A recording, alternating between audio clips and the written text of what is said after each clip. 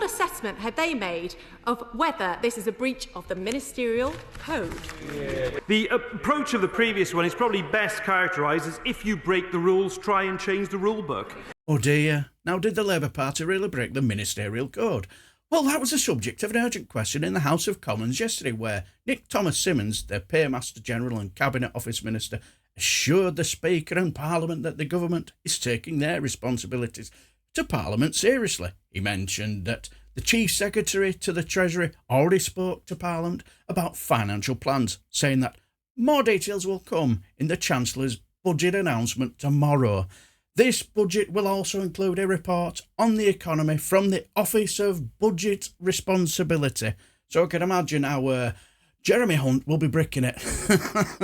He also highlights that Parliament will get 4 days to debate the budget after the Chancellor presents it, and he emphasises the government's commitment to fixing economic issues. He says the Labour government plans to invest in Britain's future, improve the NHS and avoid higher taxes for working people.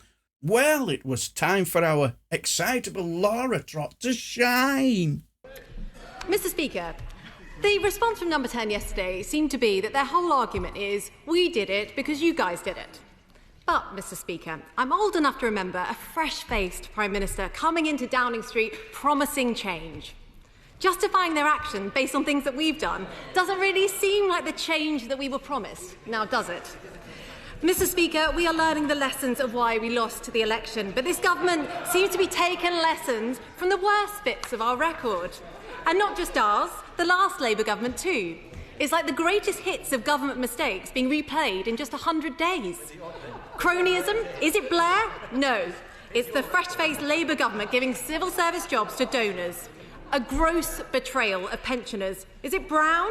No. It's the new Chancellor deciding that those on £13,000 are rich and don't need their winter fuel payments.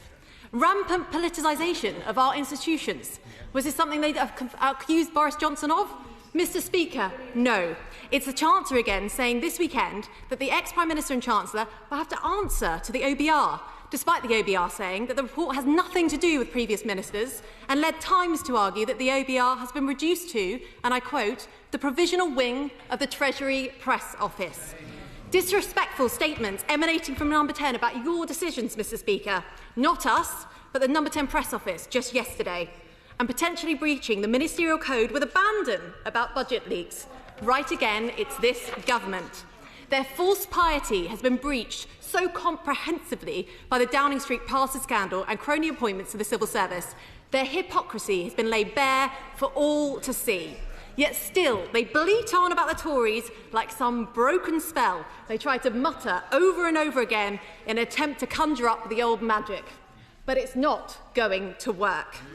Labour are so obsessed with playing political games that they find themselves, Mr. Speaker, going into the budget simultaneously claiming that the Conservatives spent too much, but they also spent too little. It's nonsense. So, Mr. Speaker, the question that I want to ask the opposition today is who is going to take responsibility for the budget leaks and what assessment have they made of whether this is a breach of the Ministerial Code?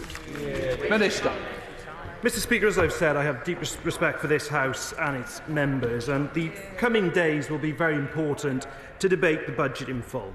But I'm sure honourable and right honourable members will forgive me if I have a degree of cynicism about the party opposite's newfound passion for parliamentary conventions, given the number of times they failed in their 14 years in office to update the House ahead of major announcements.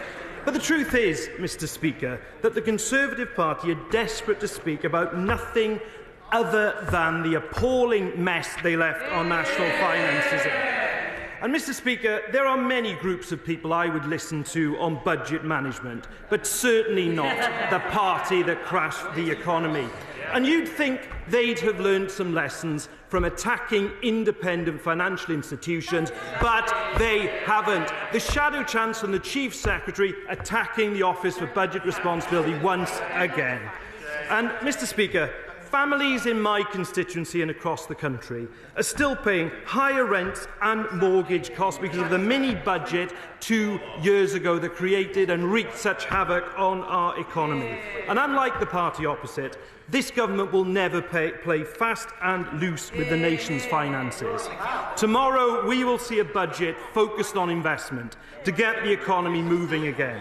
This government will take the long-term decisions needed to rebuild Britain, fix our schools, our hospitals and our broken roads. The Conservatives, Mr Speaker, have not changed. All they offer is decline and more austerity, with working people paying the price.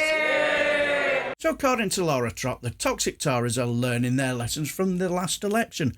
Well, judging by the candidates the members have been left to vote with, I don't think so. But this is something I've noticed since Parliament returned from recess. Tories pretending that the country's gone to shit is nothing to do with 14 years of Tory rule and gruel. No, it's because of the first 100 days of a new Labour government. Labour minister steps up, reminds them of the mess that they've been left with, and then it's an all-out catfight. Then we hear this from the Lib Dems spokesperson, or whoever is at the time. It's a sad state of affairs when the run-up to the budget of this new government so closely resembles that of the previous government, with consistent leaks and briefings to the media rather than announcements being made where they should be in this House, so that members can scrutinise them on behalf of their constituents.